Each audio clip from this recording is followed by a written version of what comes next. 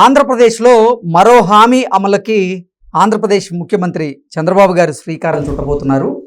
సంక్రాంతి తరువాత ఆంధ్రప్రదేశ్లో మహిళలకు ఉచిత బస్సు ప్రయాణం అనేటువంటి ఆ హామీని అమలు చేసేందుకు ఆంధ్రప్రదేశ్ ప్రభుత్వం సిద్ధమైనటువంటి నేపథ్యంలో ఎలా అమలు చేయబోతుందనేది మనం విశ్లేషణ చేసుకునేటువంటి ప్రయత్నం చేద్దాం. ప్రస్తుతం మనతో పాటు ఉన్నారు ప్రముఖ రాజకీయ విశ్లేషకులు, ప్రముఖ సీనియర్ జర్నలిస్ట్ సిఎస్ రావు గారు. సార్తో మాట్లాడదాం. సార్ నమస్తే. సార్ నమస్తే. ఎన్నికల ప్రచారంలో భాగంగా చంద్రబాబు గారు ఇచ్చినటువంటి 6 హామీలని ఒకదాని తర్వాత ఒకటి అమలు చేసుకుంటూ వస్తున్నారు. అందులో భాగంగానే 2025 సంక్రాంతి తరువాత ఆంధ్రప్రదేశ్లో మహిళలకు ఉచిత బస్సు ప్రయాణం ఏదైతే ఉందో ఆ హామీని కూడా నెరవేర్చేలాగా ఇప్పుడు ఆంధ్రప్రదేశ్ ప్రభుత్వం అయితే ప్రణాళికలు సిద్ధం చేసింది. ఏంటి సార్ ఇటువంటి ప్రణాళికలను సిద్ధం చేసింది? ఎంతమంది మహిళలు ఈ సదుపాయాన్ని ఉపయోగించుకోబోతున్నారంటే ఏం చెప్తారు? ఇప్పుడు చంద్రబాబు నాయుడు గారు 6 సూపర్ 6లు ఇచ్చారు. దాన్ని అమలు చేస్తాను అని చెప్పి ఆయన చెప్పారు, అమలు చేస్తున్నారు కూడా. ఆయన ఇచ్చినటువంటి హామీలు ఏంటి? అధికారంలోకి వస్తే నేను ఈ 6 హామీలను అమలు చేస్తాను అని చెప్పారు. దానికి ఏమి టైము, డేటు ఏమి చెప్పలా, హామీలు ఇచ్చారు. హామీలు ఇచ్చినటువంటి దాంట్లో భాగంగా డే 1 నుంచి ఫస్ట్ నెల నుంచి ఏం చేస్తున్నారు? ఆయన పెన్షన్ విషయంలో అదే చెప్పారు, నెల కూడా చెప్పారు. ఆయన చెప్పిన దాని ప్రకారం 4,000 పెన్షన్ ఇస్తున్నారా లేదా?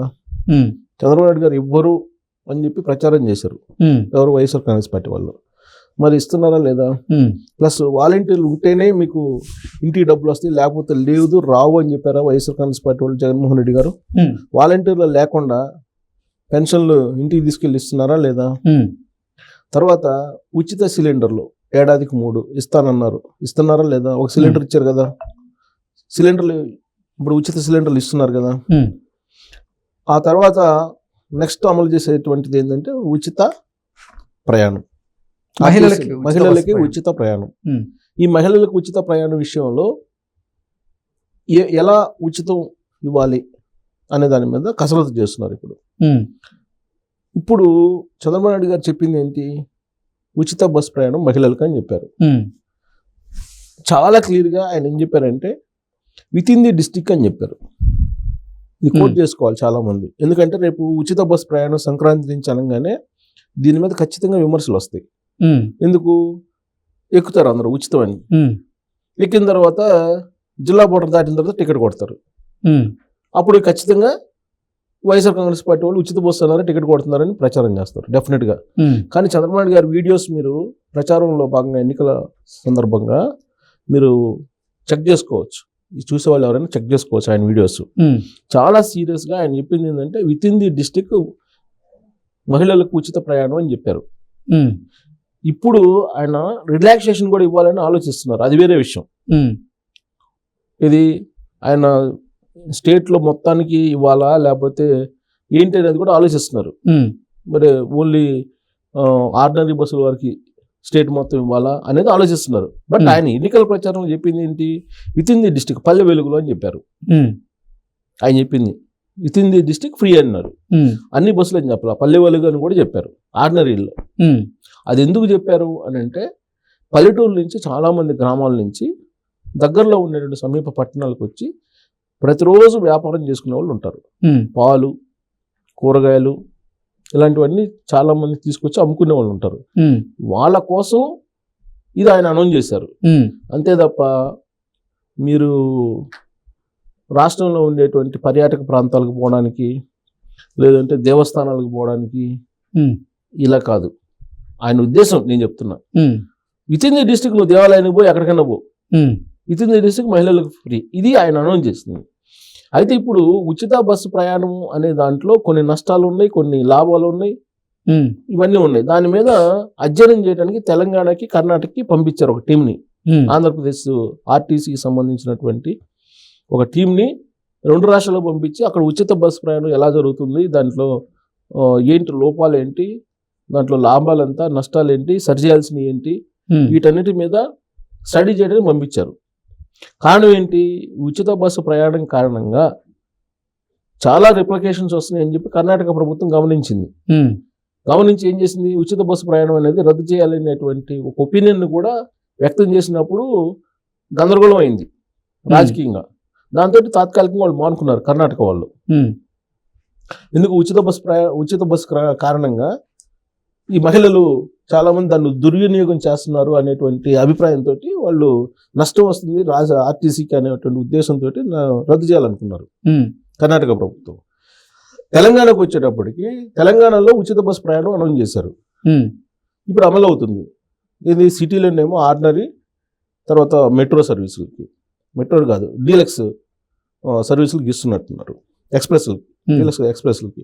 అలాగే లాంగ్ రూట్లో ఆర్డినరీ, ఎక్స్ప్రెస్కి ఇస్తున్నారు ఉచిత బస్సు. దీని మీద కేటీఆర్ గారు ఏమన్నారు, ఉచిత బస్సు ప్రయాణం ఇచ్చి రికార్డ్ డ్యాన్సులు వేయడానికి ఉచిత బస్సు ప్రయాణం కల్పించాడు రేవంత్ రెడ్డి గారు అన్నారు. అంటే విపక్షంలో ఉన్నటువంటి వాళ్ళ విమర్శలనే ఎదుర్కొంటుంది ఉచిత బస్సు పథకం అనేది.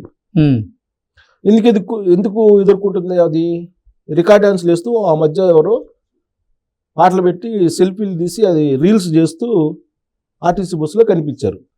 అది చూసి కేటీఆర్ గారు రికార్డ్ డాన్స్లే అని చెప్పి రికార్డ్ డాన్స్ వేయడానికి రేవంత్ రెడ్డి గారు ఉచిత బస్సు ప్రయాణం పెట్టారు, దీనివల్ల రాష్ట్రానికి నష్టం అని చెప్పి ఆయన కామెంట్ చేశారు. సో దాని తర్వాత మహిళల నుంచి వ్యతిరేకత వచ్చింది ఆయన మీద. తర్వాత సారీ చెప్పాడు, అది వేరే విషయం. సో ఇలాంటి పరిణామాలు. అలాగే తొలి రోజుల్లో ఇక్కడ కొన్ని బాలరిష్టాలని ఉచిత బస్సు ప్రయాణం ఎదుర్కొంది. ఎందుకు, ఎలా ఎదుర్కొంది? ఎంతమంది ఎక్కారో ఎంతమంది ఎక్కలేదో తెలియనటువంటి పరిస్థితి. ఇప్పుడు ఆర్టీసీ అనేది కార్పొరేషన్, అక్కడంటే ప్రభుత్వంలో ఉంది, అది వేరే విషయం. కార్పొరేషన్లో ఉన్నప్పుడు వాళ్ళు ప్రభుత్వానికి ఇండెంట్ పంపించాలి. ఇదిగో మేము ఇంతమందిని ప్రయాణానికి సౌకర్యం కల్పించాము, మాకు ప్రభుత్వం నుంచి ఇంత రియంబర్స్మెంట్ కావాలి అని. ఆ పంపించేటువంటి సమయంలో ఆ ఇండెంట్ ఎలా పంపించాలి ప్రభుత్వానికి? ఇప్పుడు ప్రభుత్వం ఉచిత బస్సు ప్రయాణం అనౌన్స్ చేసింది. ఆ ఉచిత బస్సు ప్రయాణం సౌకర్యం కల్పించేది ఎవరు? RTC corporation. సో ప్రభుత్వానికి కార్పొరేషన్ మధ్య ఒక లెక్క అయితే ఉండాలిగా. ఆ లెక్క లేకపోతే గవర్నమెంట్ నుంచి ఎంత రావాలి అనేది తెలియదు కదా. ఈ నేపథ్యంలో ఈ ఆర్టీసీ సంబంధించి కొంతమంది కండక్టర్లు ఏం చేస్తున్నారంటే ఎక్కువ ఇండెంట్ వేసి పంపిస్తున్నారు. సో దాంతో ప్రభుత్వం మీద ఎక్కువ భారం పడుతుంది, కార్పొరేషన్కి ఎక్కువ ఇవ్వాల్సి వస్తుంది. అందుకని చెప్పేసి దీనితో పారదర్శకత ఉండాలి అనేటువంటి ఉద్దేశంతో వాళ్ళు ఏం చేస్తారు, జీరో టికెట్ అనేది ఒకటి పెట్టారు. జీరో టికెట్ పెట్టి తర్వాత ఐడి కార్డులు, ఫస్ట్లో ఏం చేశారు, ఐడి కార్డులు ఏ కార్డు అయినా పర్లేదు అన్నారు. ఇప్పుడు ఏమన్నారు, కాదు ఓన్లీ ఆధార్ కార్డు చూపించాల్సిందే. ఆధార్ కార్డు దాన్ని ఒక మ్యాండేటరీగా పెట్టారు. దాంతోపాటు ఓటర్ కార్డు కూడా ఇది పెట్టినట్టున్నారు ఈ మధ్య కాలంలో. ఇట్లా రకరకాల మార్పులు చేసుకుంటూ వస్తున్నారు దీన్ని టైటన్ చేయడానికి. తర్వాత stage to stage, A stage ఎక్కారు, ఏ స్టేజ్ దిగారు, ఇది కూడా క్యాలిక్యులేట్ చేయాలి.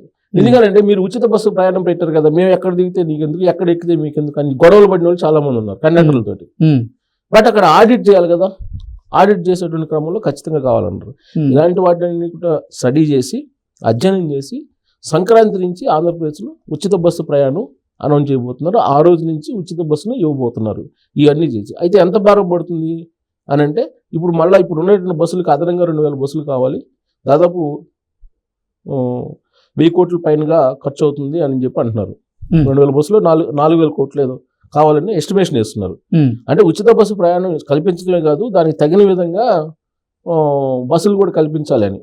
ప్లస్ డ్రైవర్ల కొరత ఉంది అక్కడ. ఆ డ్రైవర్ల నియామకం కూడా చేపట్టాలి. ఇప్పుడు కొత్త బస్సులు కొనడంతో పాటు డ్రైవర్లను కూడా పెట్టుకోవాలి, నియామకం చేయాలి. సో ఇవన్నీ చేసి సంక్రాంతికి ఇంప్లిమెంట్ చేయాలనేటువంటి ఒక కసరత్తు చేస్తుంది. కాబట్టి చంద్రబాబు గారు ఇచ్చిన సూపర్ 6లో మరొకటి సంక్రాంతికి విడుదల కాబోతుంది. Okay sir, thank you.